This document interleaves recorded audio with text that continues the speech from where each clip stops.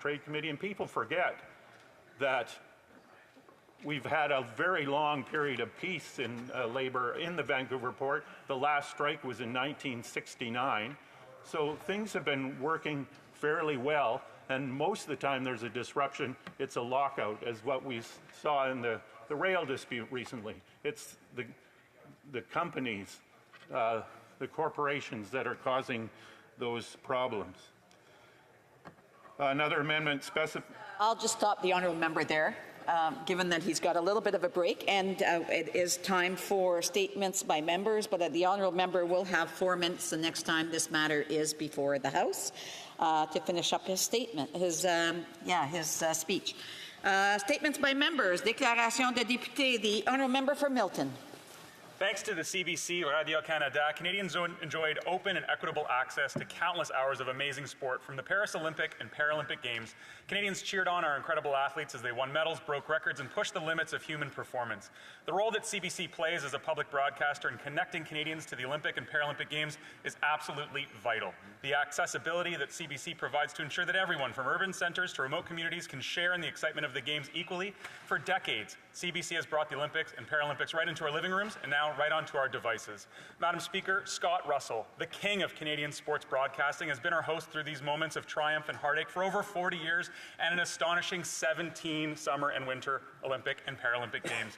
And this summer, Scott announced that Paris would be his final Games as a broadcaster. As he signed off with an emotional farewell, Scott shared that he has had the time of his life.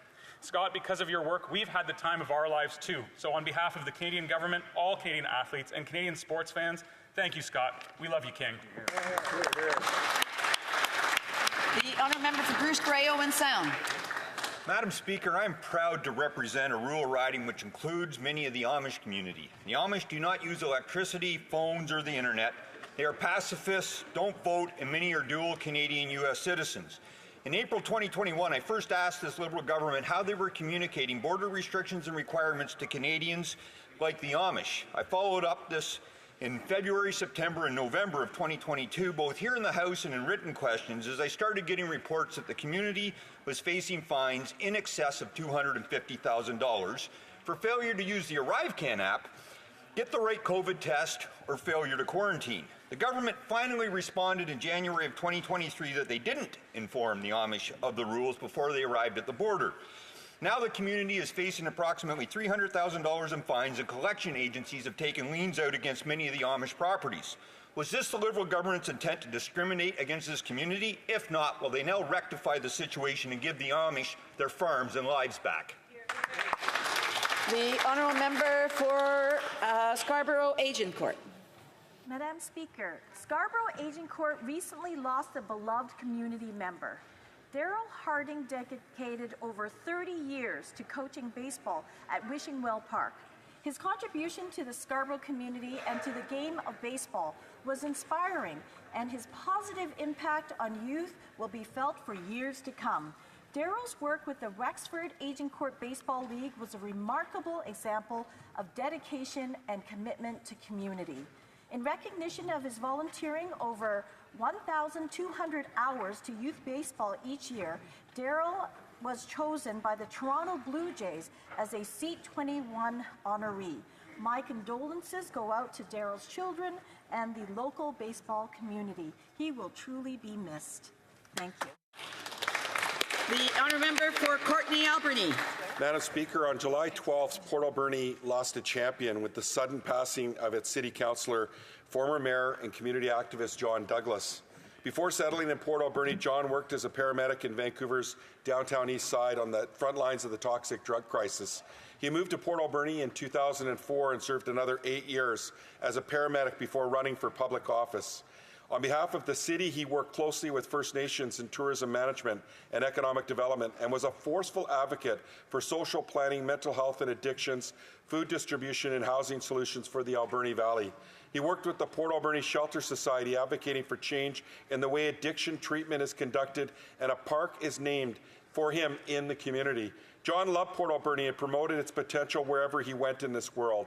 And on behalf of us all, I offer my condolences to John's wife, Donna, and family. He was a true champion at Port Alberni and will not be forgotten. Rest in peace, my friend. The honourable member for Orleans. Madam Speaker, today marks Military Family Appreciation Day, a day dedicated to recognizing and honoring the sacrifice and the unwavering strength of our military families, the backbone of our Canadian Armed Forces. Their dedication and love are fundamental to the success of our service members, enabling them to carry out their vital missions. They sometimes feel overlooked, which is why in the Defense Policy Update, we made commitment to ensure that members and their families are cared for, have additional support and resources available, and ensure that they can live in comfort as they serve Canada. I thank the family members of all of our Canadian Armed Forces members from coast to coast to coast, and including those in my riding of Orléans, families like Major Gabriel Rousseau, his wife Nadia, and their two young children, Victor and Camille, for all they do. Merci. The honourable member for Selkirk, Interlake Eastman. After 9 years of this Prime Minister, our warships are rusting out, our fighter jets are worn out, this army has been hollowed out, and we're so short of soldiers, sailors, and air crew that our troops are burnt out. We found out last week this Prime Minister spent almost $35 million on new sleeping bags for our troops, but nobody checked to see if they were actually suitable for Arctic conditions. Our troops, while training with our U.S. allies in Alaska, had to resort to using old sleeping bags from the 1960s. This Liberal government is literally leaving our troops out in the cold. When it comes to our military, with these Liberals, it's just failure after failure after failure. From their failure to procure light armored utility vehicles to our troops in Europe having to buy their own helmets, vests, and food, this Liberal government cannot be trusted to keep our troops or Canadians safe. If these Liberals can't get the little things right, how can anyone trust them to get the big things like submarines bought on time and on budget? Our future common-sense Conservative government will stand up for our military heroes and ensure they are properly equipped to do their important work to protect Canada. The honourable member Surrey Centre. Madam Speaker, Surrey has one of the fastest growing populations in the Lower Mainland, and with that, the number of seniors set to rise over the next 25 years. I'm honoured to share with you all about the groundbreaking of the new Gunonic Diversity Village Seniors Facility opened by the Pick Society of British Columbia.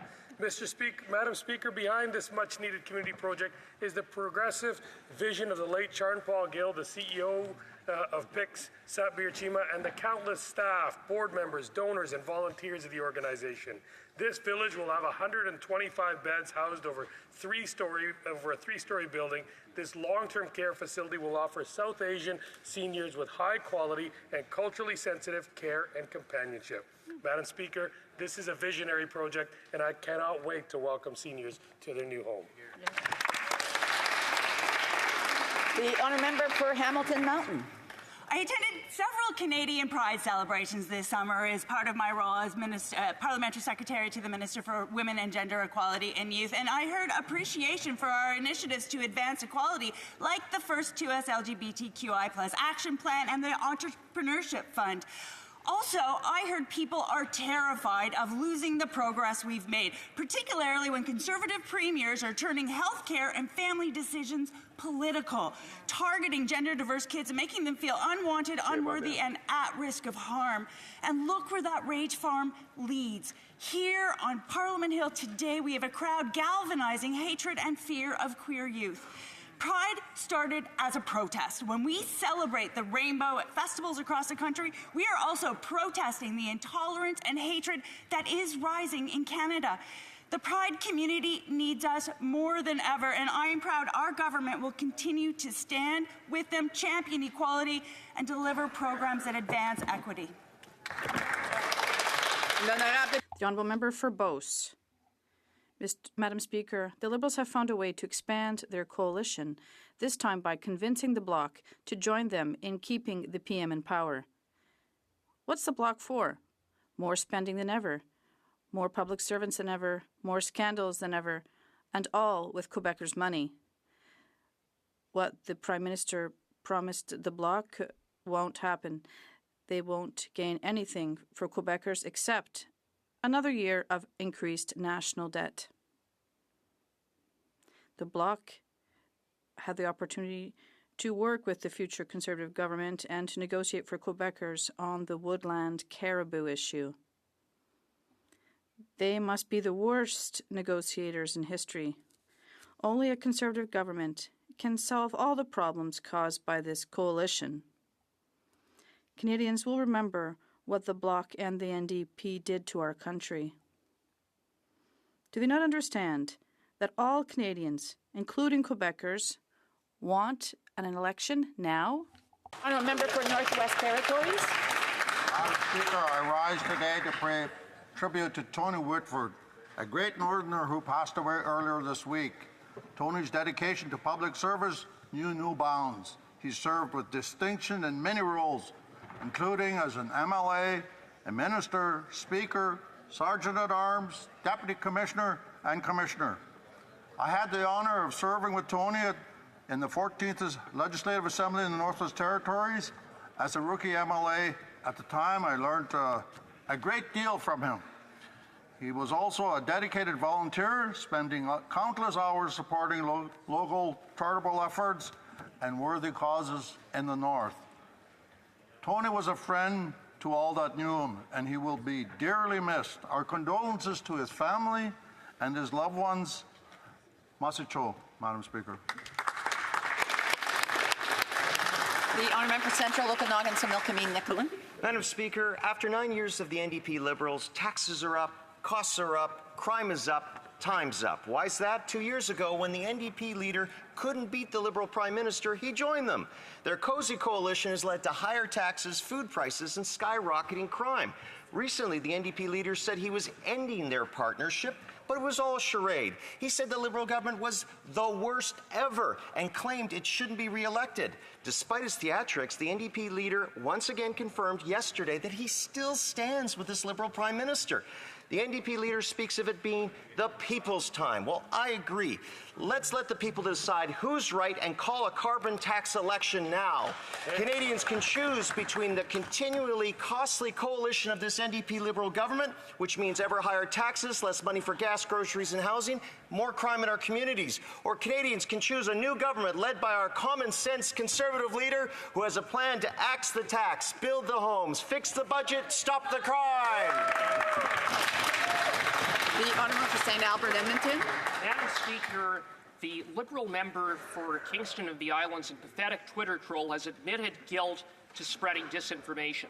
This disinformation was part of a dirty and deliberate attempt to smear the reputation of a fellow Canadian to change the channel on the absolute rot and corruption that defines 9 years of this Liberal government.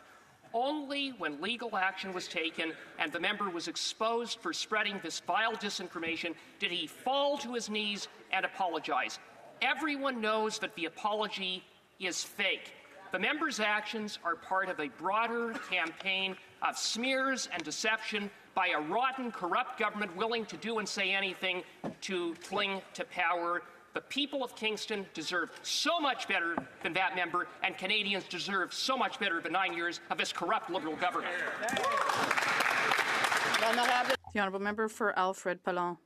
Madam Speaker, as part of the CIBC's Run for the Cure, tonight I'll be participating in the gala organized by the CIBC Laval team employees in support of breast cancer research. The funds raised will help improve the quality of life and provide emotional support for those affected by breast cancer. I wish courage and a speedy recovery to all those affected, and I pay tribute to their resilience, especially my dear sister Nina, as well as Ms. Daniela Lemetti and Amber Leclerc, who will be sharing their experiences tonight with the participants. Many thanks to the event organizers, including Mr. Ihab Zaid, Ms. Rosa Trunzo, Ms. Angelina Yanitsi, and Mr. Nick Calasurdo. The race will take place on Sunday, October 6th, and there's still time to sign up or support the runners. Thank you, Madam Speaker. For Port Moody, Coquitlam. The third annual Filipino-Canadian National Congress Leadership Convention is happening in Winnipeg tomorrow.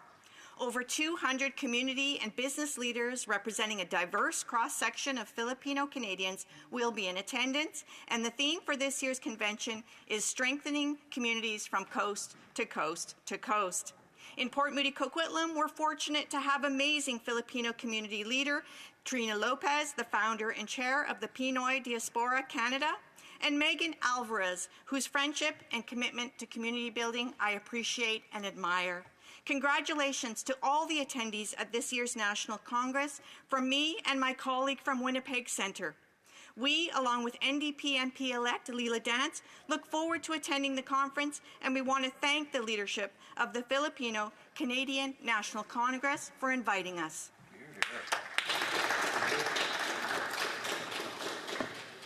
The honourable member for The honourable member for Manicouagan. This year, the town of Fairmont, Quebec celebrates its 50th anniversary. When we think of Fairmont, we naturally imagine the abundance of iron ore, the immensity of its open pit mines, and its mythical wall. For my part, I think of its pioneers, who now see their children and grandchildren growing up in Fairmont, where human warmth is matched only by the love that these people have for their community, even in the northern zone above the 53rd parallel. Supportive, generous, enterprising, and innovative, Fairmont citizens make this town what it is, a great place to live where neighbors have become friends, weaving the community together through mutual assistance. All of this magnified by the northern lights, dancing above tides of spruce, moving in the fresh air on cloudless evenings. All this is Fairmont. The residents of Fairmont, as we look forward to celebrating with you, well, I wish you a happy 50th anniversary, as festive and warm as you are. The honourable member of Calgary Heritage. Madam Speaker, after 9 years of NDP Liberals, taxes are up, costs are up, crime is up, time's up.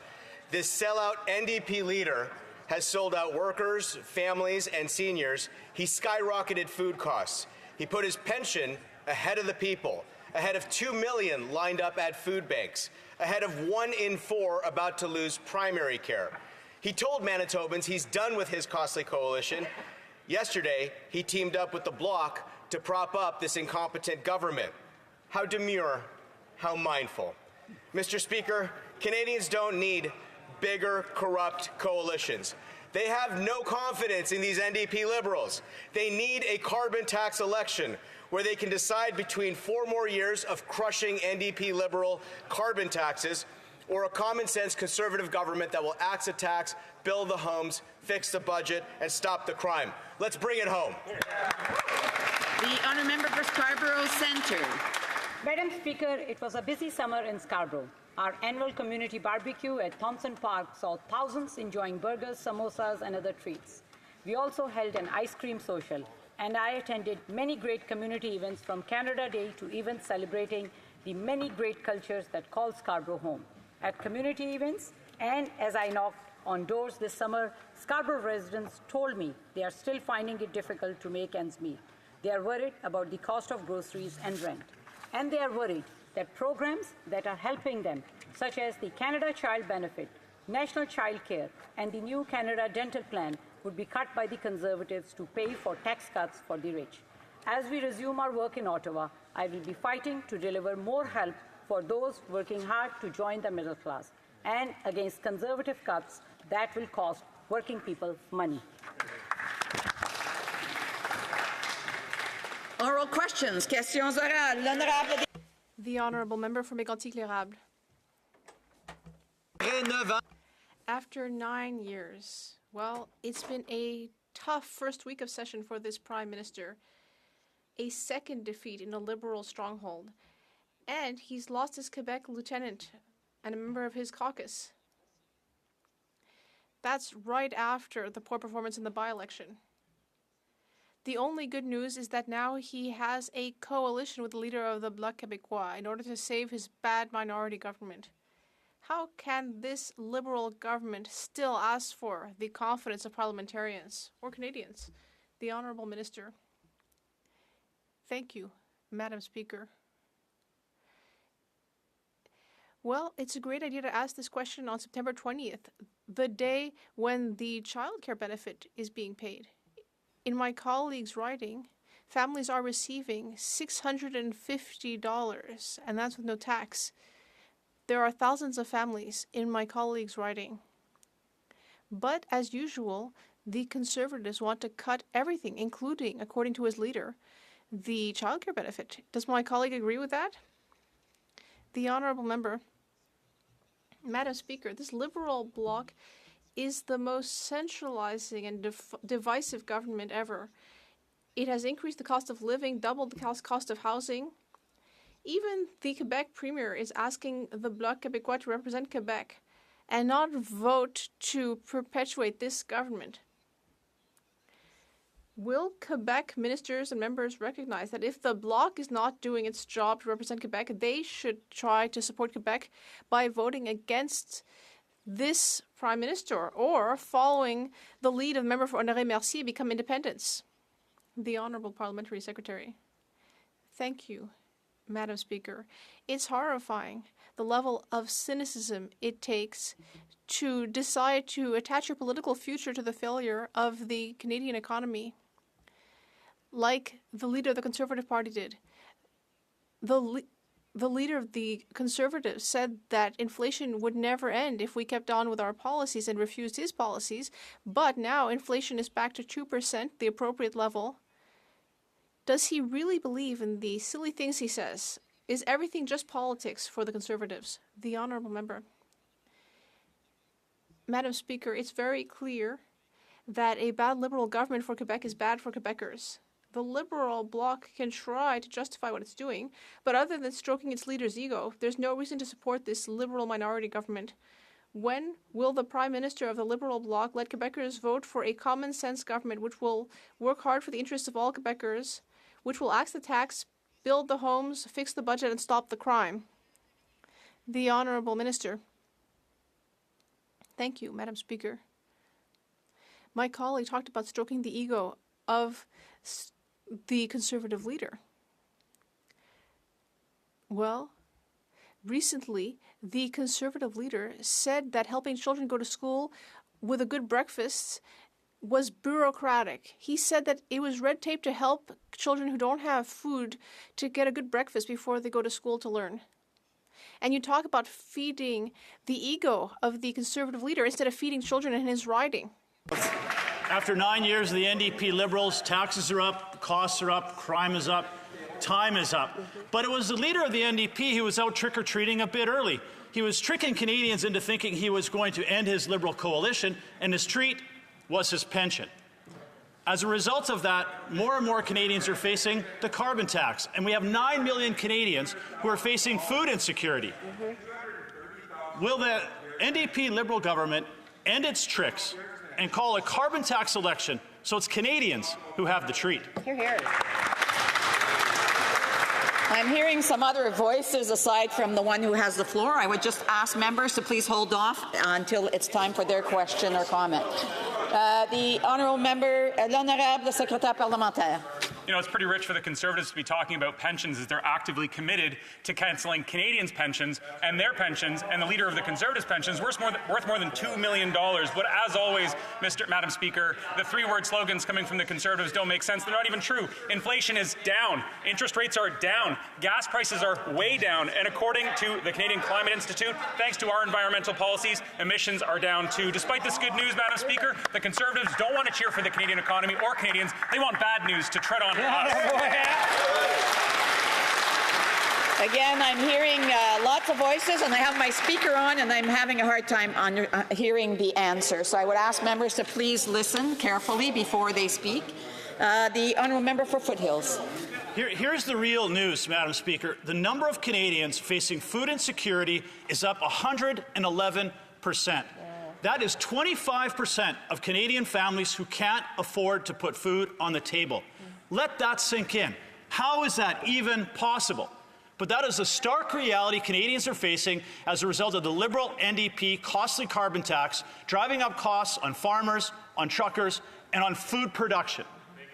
The Liberal NDP government has already said they don't work for the people. They work for the Prime Minister. Will this NDP Liberal government put Canadians first and call a carbon tax election? The Honourable Parliamentary Secretary. Madam Speaker, time and time again in this House, the Conservatives cite food bank lineups and food insecurity to try to signal that they care about Canadians while they every day stand up in this House and cheer on bad news and really root for the failure of our economy in Canada. Inflation is down to the Bank of Canada's target rate of 2%. That is good news for all Canadians. That affects food prices in this country. Our government has put forward a grocery rebate, GST rebate, immediate support, and a national school food program. The Conservatives voted against feeding children. The député de Saint-Jean. The Honourable Member for Saint-Jean. Today, I'm going to talk about seniors' precarious financial situation. Seniors are listening to us, and they expect us to put aside petty politics. It's completely unjustifiable that people between 65 and 74 are receiving 10% less old age security than people older, at a time when they're facing the same cost of living. There's no reason to create a two-tier system like this. This is age-based discrimination. Will the government put an end to this, or will it have to defend its actions at the ballot box? The Honourable Minister. Well, first of all, Madam Speaker, is that yes, we did increase assistance for seniors 75 and older. As my colleague knows, as we get older, we are less and less able to work. We have higher costs for medication, housing, and transportation. We have always said we will continue to be there for seniors in my riding and elsewhere. And then the good news is that as of July 22nd, there were 8,000 seniors in the riding of Saint-Jean who were part of the new Canada Dental Care Program. The Honourable Member for Saint-Jean. The Liberals have a choice. They can put an end to this two-tier system and increase old age security for seniors between 65 and 74, or they can keep giving us platitudes, and they'll pay the price for that. But the Bloc Québécois is going to keep hammering the Liberals on this. A government with $34 billion to spend on a pipeline could definitely find the money to support seniors from 65 to 74. Will this government support all seniors from 65 years of age, or will they pay the price at the ballot box? The Honourable Minister. Thank you, Madam Speaker. My colleague talked about platitudes. It's not a platitude that 8,022 seniors in her riding as of July 22nd will now be able to get affordable, accessible dental care. Many of them have been waiting for this for years because dental care costs a lot. Cleanings, crowns, and so on. It's very expensive, and it's painful. While they're not getting care, it's painful. But now there's 8,000 people in her riding, but some are not members yet. Indigenous peoples represent 20% of unhoused people in Canada. The CEO of Ontario Aboriginal Housing Services, only 0.2% of all funding to end homelessness is going to Indigenous peoples. This means thousands will be living out in this cold this winter because of the Liberals. Conservatives voted against any funding for Indigenous housing. When will the Liberals end its genocidal policies, stop breaking their promises, and ensure Indigenous peoples have places to call their home? Yes. The Honourable Parliamentary Secretary to the Minister of Indigenous Services. Madam Speaker, we are taking action to address the tremendous lack of safe, affordable housing and housing supports for Indigenous peoples in urban, rural, and northern communities. Conservatives are pulling from the same old Ottawa knows best approach. Since 2016, we've taken a different approach, working closely with partners to determine the scope and scale of housing needs on reserve. In our efforts to help close the gap, we've increased our funding for on-reserve housing by over 1,100%. We're supporting the construction, renovation, and retrofit of over 36,000 homes in First Nation communities and are co-developing a 10-year housing and infrastructure strategy. We won't stop, Madam Speaker. The Honourable Member for Port Moody, Coquitlam. Really disappointing, Madam Speaker, to see the Liberals stand up when they know they've done less than 2%, 0.2% spending on Indigenous housing need. Today, rental vacancy rates in St. John's bottomed out at 1.5%. That means that even when doing everything right, people still can't find an affordable place to live. This housing disaster is happening because Liberals and Conservatives gave 1 million affordable rental homes to corporate landlords. And now the people of St. John's and everywhere in Canada are paying the price. Why are the Liberals, just like the Conservatives, not protecting Canadians from greedy corporate landlords? Here. The Honourable Parliamentary Secretary to the Minister of Housing, Infrastructure and Communities. It is very true, Madam Speaker, that rent is too expensive in this country. But what's incumbent on all federal parties, including the NDP, is to put forward a plan. The Conservatives don't have a plan, but neither does the NDP. What's our plan to help on rent? We've waived GST from the construction of apartments for lower income and middle class families and individuals. We've put forward an acquisition fund to help not-for-profits purchase housing facilities to keep rent affordable. And we've invested in co-op housing, the single largest investment in the past 30 years. Where's the NDP on these issues? The Honourable Member Kelowna Lake Country. After 9 years of the NDP Liberals, taxes are up, costs are up, crime is up, and time is up. The coalition just got bigger after the NDP leader's fake stunt of ripping up his agreement. Now, this NDP Liberal government has new partners in the bloc. These coalition partners support being part of a government that hiked taxes, ballooned food costs, doubled housing costs, and unleashed crime and chaos in our once safe streets.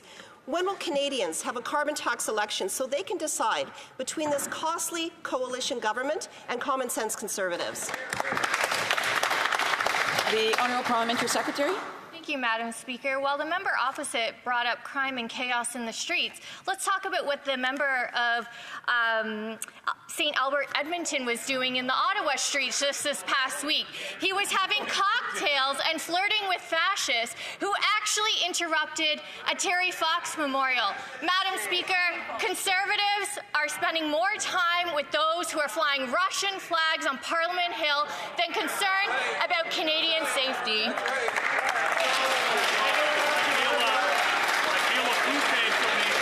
Order.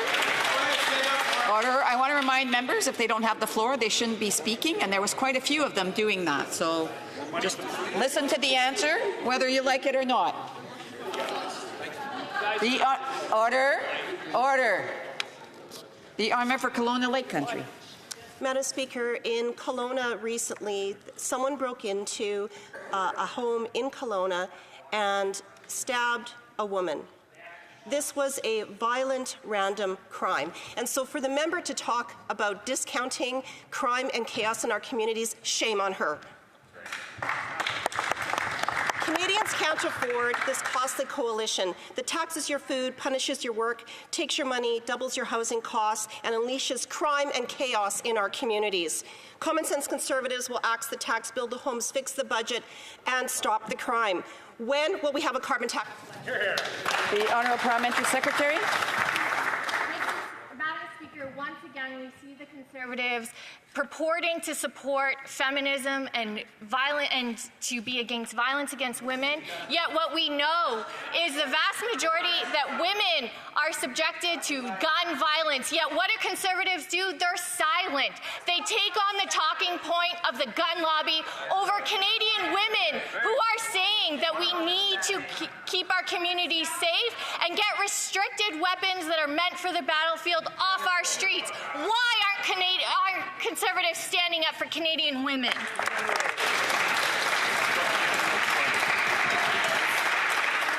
Again, I want to remind members to please be respectful. They had the opportunity to ask a question. They should take the opportunity to listen to the answer. Tell her to be respectful. The Honourable Member for St. Albert Edmonton is out of order, and I would ask him to hold himself back from all of these outbursts.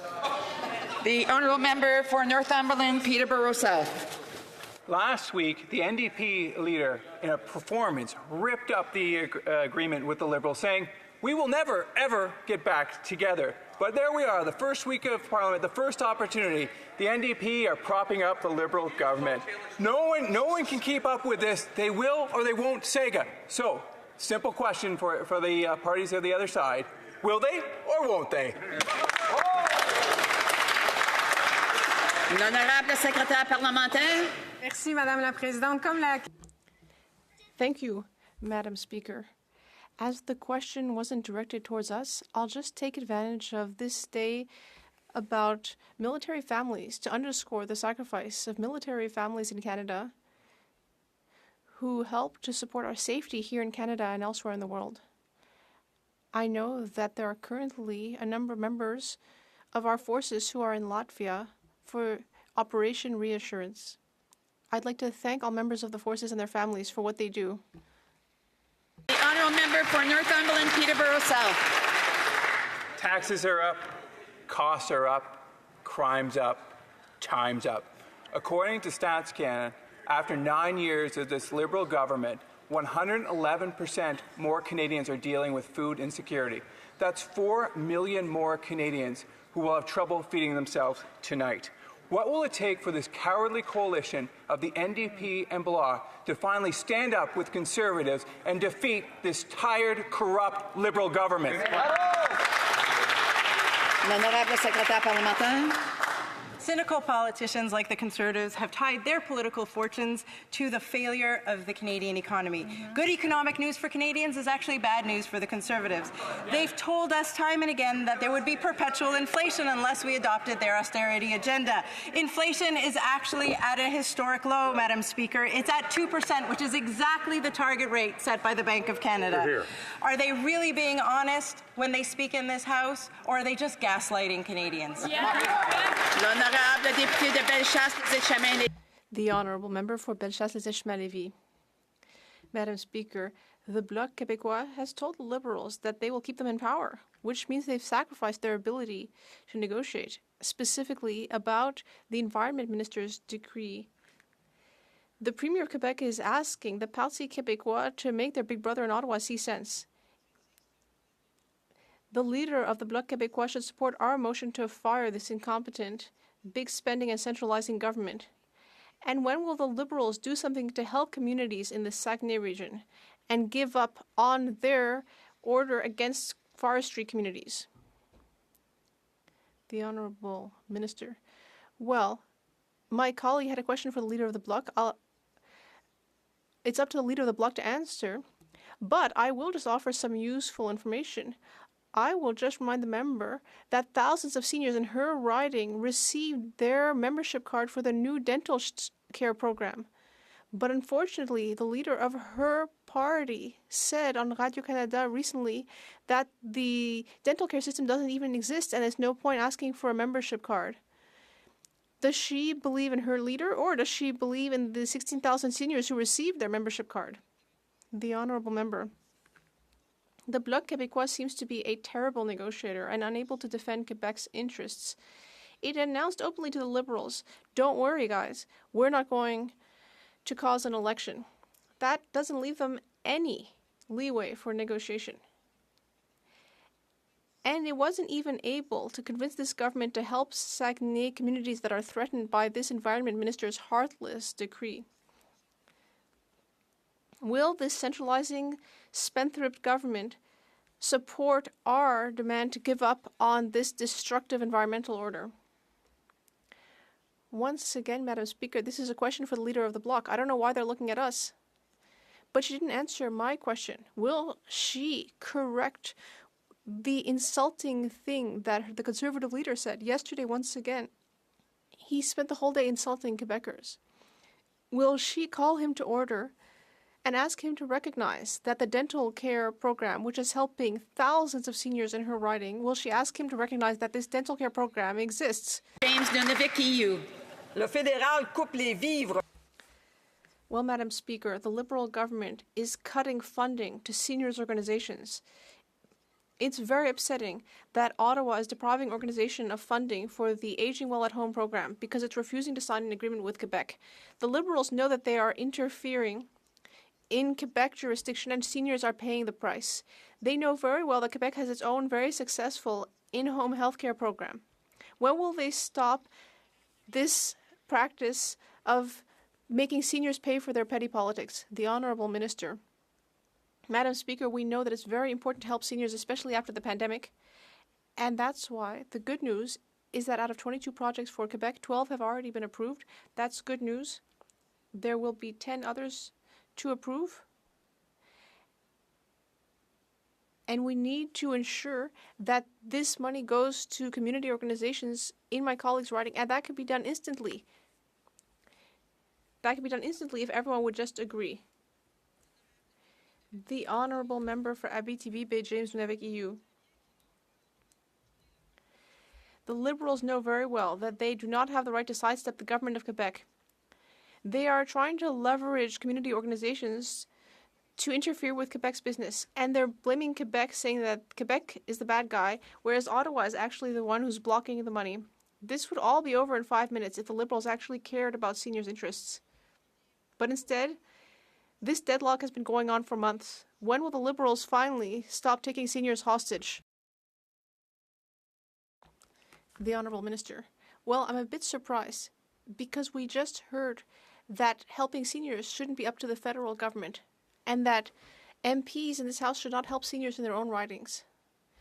I find that very surprising. We all in this House are responsible for helping seniors. And in this case, they simply need to call members of the National Assembly and tell them that the government should simply accept M30 and go ahead to fund these organizations. Madam Speaker, 2 years ago, the NDP leader sold out workers when he signed on to the costly coalition that raised taxes, increased food costs, and doubled the cost of housing. Then, 2 weeks ago, he tore up the agreement, he said. But this was just a cheap political stunt to avoid losing a safe NDP seat in a Winnipeg by-election.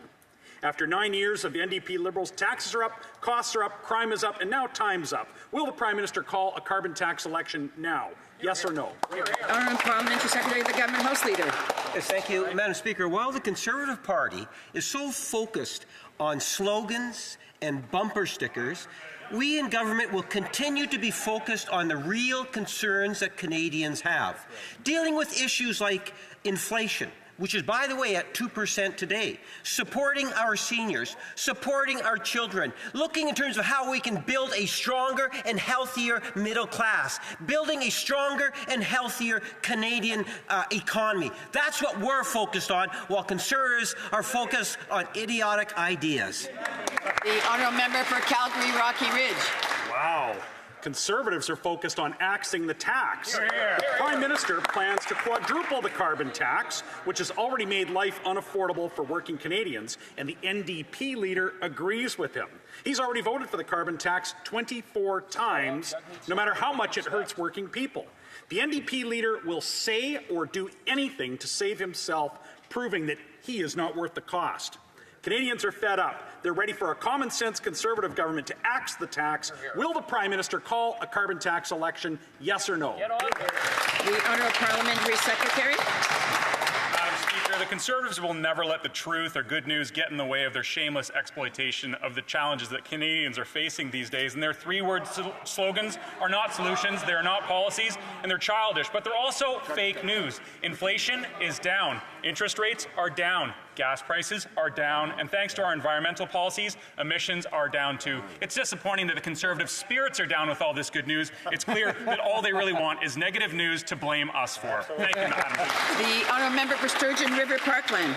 Madam Speaker, just a few short weeks ago, the NDP leader, in a desperate attempt to stave off an imminent Conservative victory in a once safe seat, told Canadians that he would no longer support this Liberal government. Fast forward 2 weeks, and the great magician has performed a reappearing act, resurrecting his coalition with the Liberals. Canadians did not give this NDP Liberal government a mandate. Taxes are up, food's up, crime's up, and now time's up. When will this Liberal government finally give Canadians a choice and call a carbon tax election?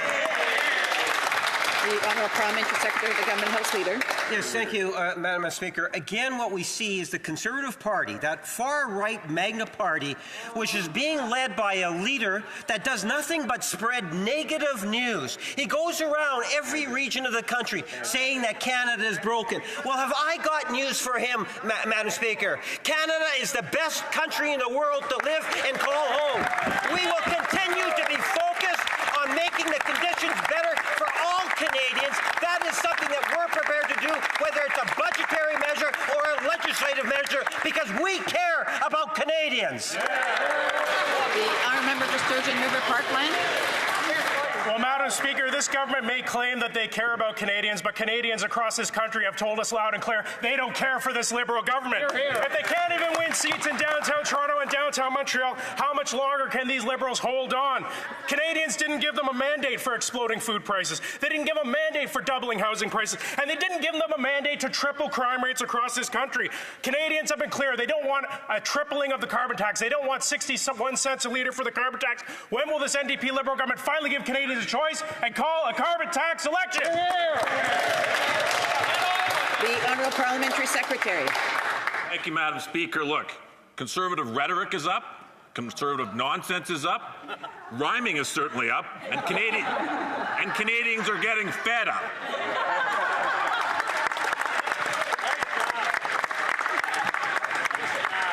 My intention, Madam Speaker, is to do what I've always done, keep my head down, work on the issues with my colleagues. They can keep working on bumper stick slogans all day long. The Honourable Member for Winnipeg Centre. Madam Speaker, under the Liberals, Feed Ontario has reported an 8-year high in food bank usage. The report cited the lack of a social safety net as a cause for this crisis. Now, I know the sore losing leader of the Conservative Party is only concerned with protecting his rich friends and that people will get poorer under his watch. So my question is for the Liberals. Will they listen to award-winning economists and support my bill, C-223, to put in place a framework for a guaranteed livable basic income so people can afford to eat? The Honourable Parliamentary Secretary. It's unfortunate, Madam Speaker, that through some crude political calculus, the NDP has compromised a progressive agenda for Canadians and abandoned the great work that we were doing together on programs like dental care, pharmacare, a national school food program, all of which strengthen the social safety net in this country. We've offered on grocery prices and through elevated inflation a grocery rebate, 50% reduction in childcare fees, a grocery code of conduct. We've got comprehensive reforms to the Competition Act in this country. These are both short-term and long-term measures that are making a difference for Canadians every single day. The Honourable Member for South Okanagan, West Kootenay. Madam Speaker, this summer barges along the Mackenzie River were cancelled due to low water levels after a prolonged drought, stranding residents without shipments of supplies. Northerners have made it very clear that they need an all-weather road along the Mackenzie to keep a lifeline to their communities. Both the Liberals and the Conservatives are ignoring these calls. So will the Liberals fund the construction of a road connecting communities in the Sahtu, or will they keep denying Northerners the infrastructure that they need? Excellent question. The Honourable Minister of Northern Affairs. Thank you, Madam Speaker. I want to thank the Honourable Member for that very important question. We know that climate change is real. We know that the climate is warming 4 times the rate in the north. The climate is warming 4 times the rate of the rest of Canada, and that's something we need to address. We are doing it with our northern partners, including the Premier of Northwest Territories, who I met about 3 weeks ago, and we had great discussions on the Mackenzie Highway, and that's going to come up in the future. The Honourable Member for Hamilton East. Madam Speaker, this week across Canada, we're celebrating National Legion Week. Legions significantly contribute to the well-being of veterans and ensure that Canadians remember the sacrifices they've made. In my riding, Stony Creek Legion Battlefield Branch 622, led by Stuart Jones, is a powerhouse of support for veterans. His leadership is truly inspiring, and we are deeply grateful. Can the Parliamentary Secretary to the Minister of Veterans Affairs share with this House how our government has been there to support Legions and their incredible community contributions? The Honourable Parliamentary Secretary. Thank you, Madam Speaker. There are over 1,350 Legion branches across Canada, including Wally Legion Branch 229 in my hometown of Surrey. Their members represent one of the largest volunteer bases in this country. It's why we set up Veteran Organization Emergency Support Fund during the pandemic so that they could safely keep their doors open. And it's why we've been proud to support Legions to improve infrastructure, make accessibility upgrades, and deliver many new horizons for seniors projects. I want to thank the member for highlighting the Legion's impact in the community, and I hope members will join us in thanking Legions for all they do to build a stronger Canada. The Honourable Member for Calgary-Shepherd. Madam Speaker, after 9 years of these NDP Liberals, taxes are up, costs are up, crime is up, and time is up. 2 years ago, the NDP leaders sold out workers and signed a costly coalition deal with the Liberal Prime Minister. That deal hiked taxes, ballooned food costs, doubled housing prices, unleashed crime and chaos on our once safe streets. Will the Prime Minister finally call a carbon tax election so Canadians can choose between the costly coalition or common sense Conservatives who will axe the carbon tax? The Honourable Parliamentary Secretary. I'm actually quite concerned about where the Conservatives are getting many of their ideas these days. You see, because records show that the Conservative leader got his advice on how to help Canadians struggling with the cost of living from a Loblaws lobbyist. He gets his advice on Ukraine from Elon Musk and Tucker Carlson, Madam Speaker. He's courted support from misogynists and far-right hate groups. And these are the advisors that I think Canadians should be afraid of. The honourable member Calgary Shepherd. It's just too bad that this Prime Minister, the only buddy he cares about is the one he has in the NDP and their leader, who voted 24 times to hike the carbon tax. And over the summer, while door knocking, what I heard clearly from Calgary to British Columbia to Ontario, everywhere I went, I heard the same thing. Canadians are fed up with the skyrocketing costs of food, gas, and housing. From food to housing, they're sick of paying for the NDP Liberal coalition's failures, and Canadians deserve better. Why won't the Prime Minister and his NDP backers let Canadians have their say in a carbon tax election right now? The Honourable Parliamentary Secretary. Madam Speaker, it was interesting this summer to see our athletes compete at the Olympics. When our gymnasts at the Olympics stick a landing, all of us cheer.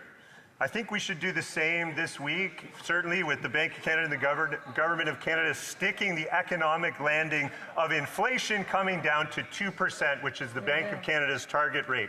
That's what happened this week, Madam Speaker. Only the Conservative Party in this House did not cheer for Canada's economy. Just like this summer when they couldn't bear it when our athletes did well at the Olympics, winning gold medals. They did not cheer. They're never cheering for Canada's success. Member for Bull River. After 9 years of this NDP Liberal government, taxes up, costs up, crimes up, time is up. The NDP leader's publicity stunt got some airtime, but when it comes to voting against the government that he said was finished, he caves. Carbon tax already cost trucking industry $2 billion. Now, with this quadrupling, it will be expensive for our trucking industry to survive. Will they listen to Canadians and call a carbon tax election now? So common sense Conservatives can axe the tax now. Thank you. Parliamentary Secretary, the Minister of Environment and Climate Change. Thanks, Madam Speaker. And once again, these Conservatives will never let the truth get in the way of their exploitation of the real challenges that Canadians are facing. They don't want to acknowledge the fact that in Canada, inflation is down to the target rate of 2%. Interest rates are down, gas prices are down, and emissions are down, Madam Speaker. But we've heard it from the Conservatives over and over again. They'll never cheer for the Canadian economy. But this summer, when we were all cheering on our Canadian athletes, I barely heard a squeak from the Conservative side. And in fact, the Conservative leader never even tweeted once about the Paralympics. That's really disgusting, Madam Speaker. We should all be on the side of Canada.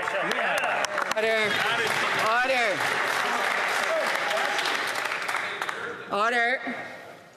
The honourable for Regina, Wisconsin. Madam Speaker, after 9 years of these NDP Liberals, taxes are up, costs are up, crime is up, and time is up. Despite the NDP leader's video claiming to tear up his support for the Liberals, the two parties continue to make life less affordable for Canadians. They have promised to quadruple the carbon tax to 61 cents per litre. Madam Speaker, why doesn't the Prime Minister call a carbon tax election so Canadians can decide if they want to continue to pay his carbon tax? The Honourable Parliamentary Secretary to the President of the Treasury Board. Madam Speaker, inflation is down, interest rates are down, car theft is down, gas prices are down, emissions are down, and all Conservatives can do is frown. I just don't understand why we don't have a Team Canada approach. The Canadian economy is getting better. Things are getting better. Why don't Conservatives try to work with us and make things better? That's the kind of House of Commons I want to be in. House Father, The Honourable Member for Rimouski, Niget, Témiscouata, Les Basques. Once again, we need to bring up Amira El-Gawabi. The Prime Minister's advisor on Islamophobia has given herself a rather broad mandate. She wants to dictate to universities which professors they should hire on the basis of religious criteria. That goes against the principle of secularism. She even wants to dictate the training that universities should offer them. This is clearly not desirable, nor is it any of her business. On Tuesday, the National Assembly of Quebec once again unanimously called for her to resign. But once again, she won't resign. When will the Prime Minister finally show her the door? L'honorable ministre. The Honourable Minister. Thank you, Madam Speaker. As my colleague may know, I worked in universities for a long time, and I understand how incredible Quebec's universities are. They're renowned in Canada and around the world. We fully trust Quebec's universities to make the right decisions for them, but it's also important to consider diversity in such a large and diverse country as Canada. It's a blessing that we have this diversity. The Honourable Member. Ms. El-Gawabi's mandate is supposed to be building bridges, but all she's doing is digging gulfs and divides. She embodies a risk associated with excessive multiculturalism promoted by Canadian political parties. What risk is that? Well, when we care only about the needs of one interest group and when we're blind to the needs of others, that is not good for social cohesion. Ms. El-Gawabi is doing more than demonstrating that she's not the right person for the job. She is, in fact, demonstrating that the position itself should be scrapped. Will the government finally put an end to this failed experiment? The Honourable Minister. Thank you, Madam Speaker. It's very easy to engage in divisive politics. It's easy to divide Canadians and Quebecers. Anyone can do that. What is more difficult to do, and also more important to do, is to unite people. We all in this room have the responsibility and the ability to unite people, whether we're Quebecers, from any walk of life, of any religion. We are all equal Quebecers in the eyes of the law, and we all have the right to live with dignity and to live well. Madam Speaker, after 9 long years of the NDP Liberals, taxes are up, costs are up, crime is up, time is up. 2 weeks ago, the NDP leader made a big spectacle of tearing up the costly coalition agreement with the Liberals. But now he says the NDP will vote to keep them in power. What's the truth? It's all a stunt to trick voters. British Columbians are struggling and want to change election. Will the Liberals axe a tax or call a carbon tax election today? Parliamentary Secretary. You know what else British Columbians care about, Madam Speaker? Their workers care about unions. Yesterday, in front of the parliamentary committee that's responsible for labour issues, we heard what the Conservative position on unions actually is. They would allow for unions to be starved of membership dues that are vital for their functioning. That means unions wouldn't, among other things, be able to collectively bargain on behalf of their members. On the one hand, they talk about workers. You scratch the surface, Madam Speaker, you find a party that's the same old thing. They do not care about Canadian workers. The honourable member for Edmonton Manning. Madam Speaker, after 9 years of NDP Liberal government, taxes are up, costs are up, crime is up, time is up. Even after their breakup, the leader of the NDP is keeping this Prime Minister in power. What a surprise. That means quadrupling the carbon tax to 61 cents a litre, driving more Canadians to food banks and grinding our economy to a halt and killing hundreds of thousands of jobs. That means he's punishing hardworking Canadians just to keep his pension. When will the Prime Minister do the right thing and call for a carbon tax election? The Honourable Parliamentary Secretary, the Minister of Environment and Climate Change. Again, Madam Speaker, pretty rich for the Conservatives to stand up in this House when they've introduced legislation when they were in government to raise the retirement age to 67 and gut Canadians' pensions. Madam Speaker, we're the party that reformed CPP and brought forward more senior supports. We are working to ensure that Canadians' pensions are strong, Madam Speaker. But I have to mention, that member from British Columbia stands in this House all the time to rail against carbon pricing. He was part of the Liberal government in British Columbia that brought forward Canada's first ever carbon tax, a successful measure that has lowered their emissions in British Columbia for over a decade. The hypocrisy, Madam Speaker. L'honorable député de Beauce. The Honourable Member for Beauce. Madam Speaker, the Bloc Liberal coalition is costing Quebecers and Canadians more and more. The Liberal Bloc voted for $500 billion worth of inflationary centralizing spending. Frankly, what good is the Liberal bloc? They're spending more than ever, they're causing more scandals than ever before, and hiring thousands more public servants, ballooning big bureaucracy with Quebecers' money. What does the bloc support? Well, they support the Prime Minister and his government. Only a Conservative government can clean up this mess. What's the Prime Minister waiting for to call an election now? The Honourable Minister. Madam Speaker, my colleague surely knows that Quebecers have already experienced Conservative austerity, and they didn't want more of it. Quebecers know that when we invest in them, when we help the most vulnerable, when we help seniors, that's how we help Quebecers get through tough times, like the tough times we experienced during the pandemic.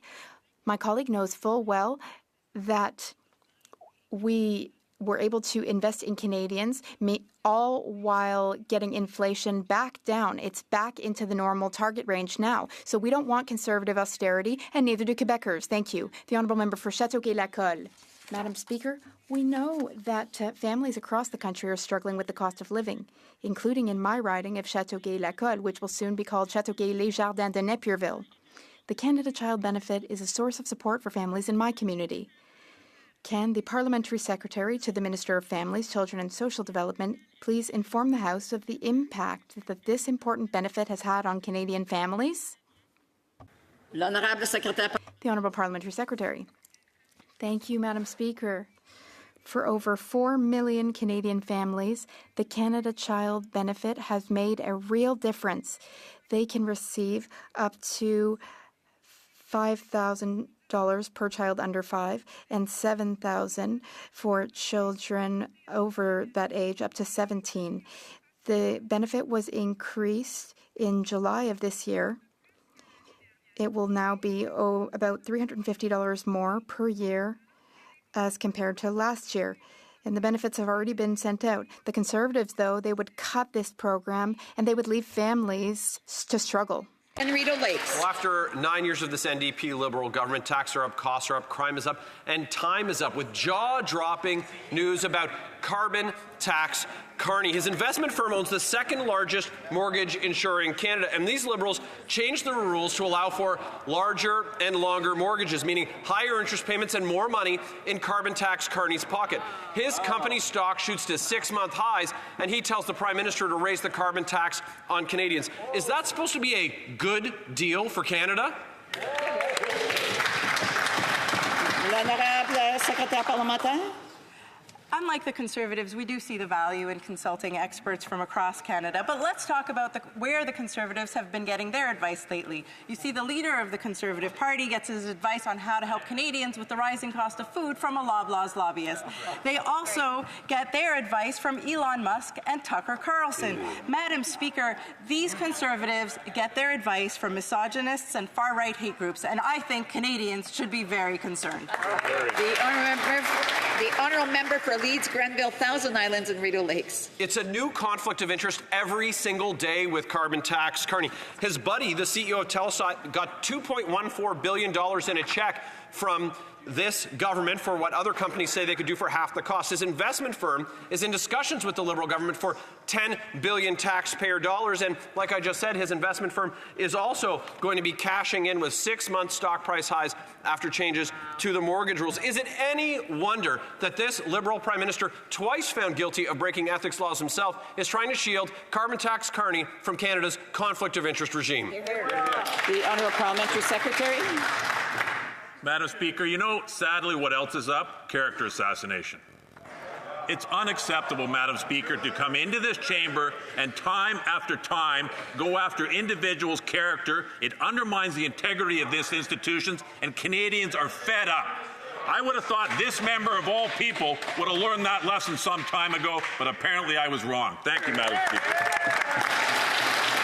The honourable member for Calgary Centre.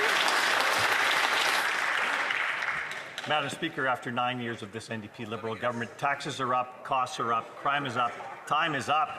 Carbon tax Carney's appointment as a de facto finance minister is more of the same boondoggle this government is famous for.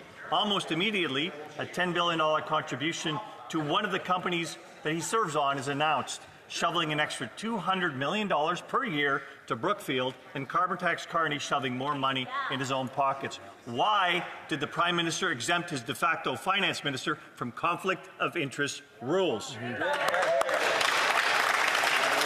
The Honourable Secretary Parlementaire. The Honourable Parliamentary Secretary. The Conservatives stop betting against the success of Canadians. Canada's growth is actually projected to beat all of our peers, the United States, the United Kingdom, Germany, and I could go on.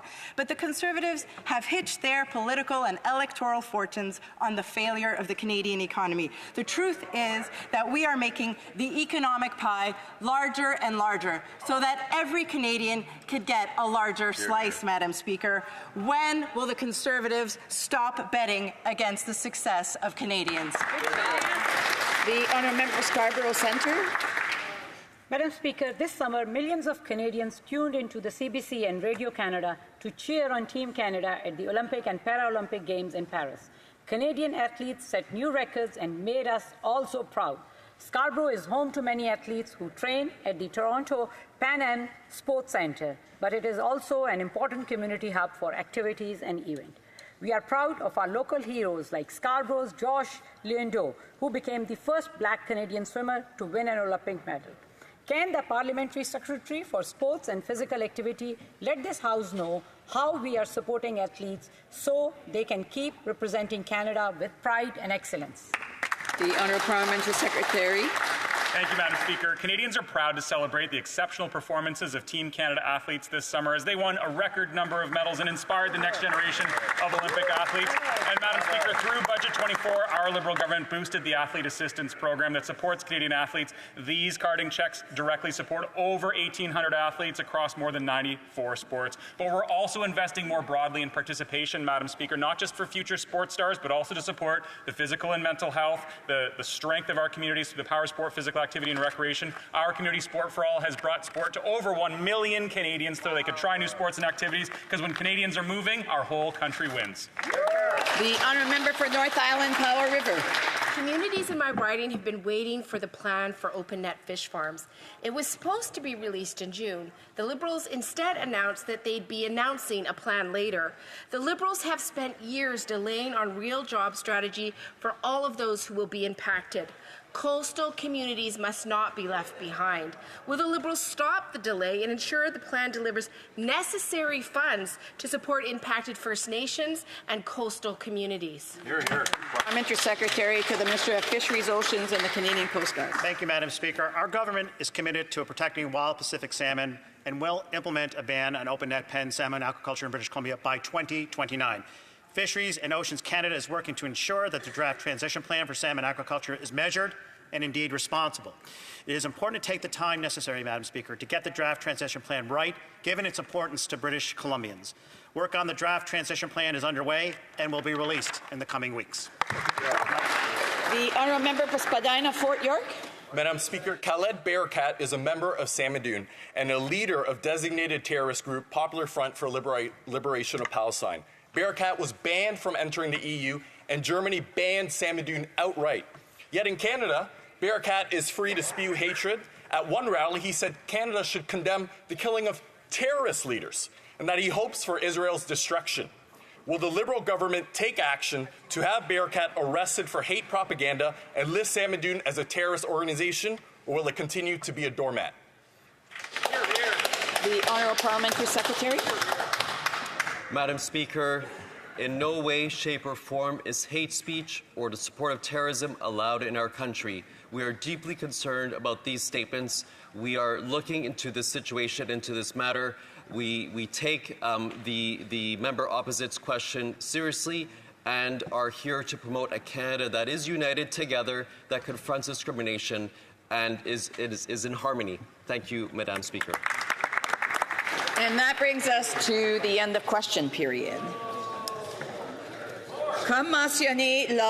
As mentioned during the statement from the Speaker on 16th of September, the volume of earpieces will now be reset. Members using their earpiece at this time will have to readjust the volume. I thank them for paying particular attention to the sound level.